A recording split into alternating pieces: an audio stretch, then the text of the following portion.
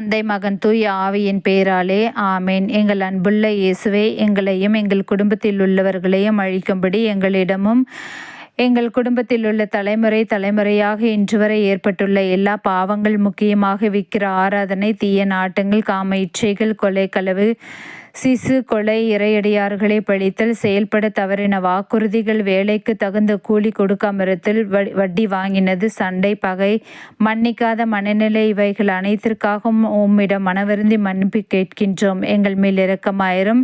இறந்த எங்கள் மூதாதையரும் குடும்பத்தில் உள்ள அனைவரும் செய்த எல்லா தவறுகளுக்காகவும் மனவருந்தாமல் மரணமானதால் இன்னும் திருமுகம் காண முடியாமல் வேதனையுறுவதாக இருந்தால் அவர்களுக்காக மன்னிப்பு கேட்கின்றேன்.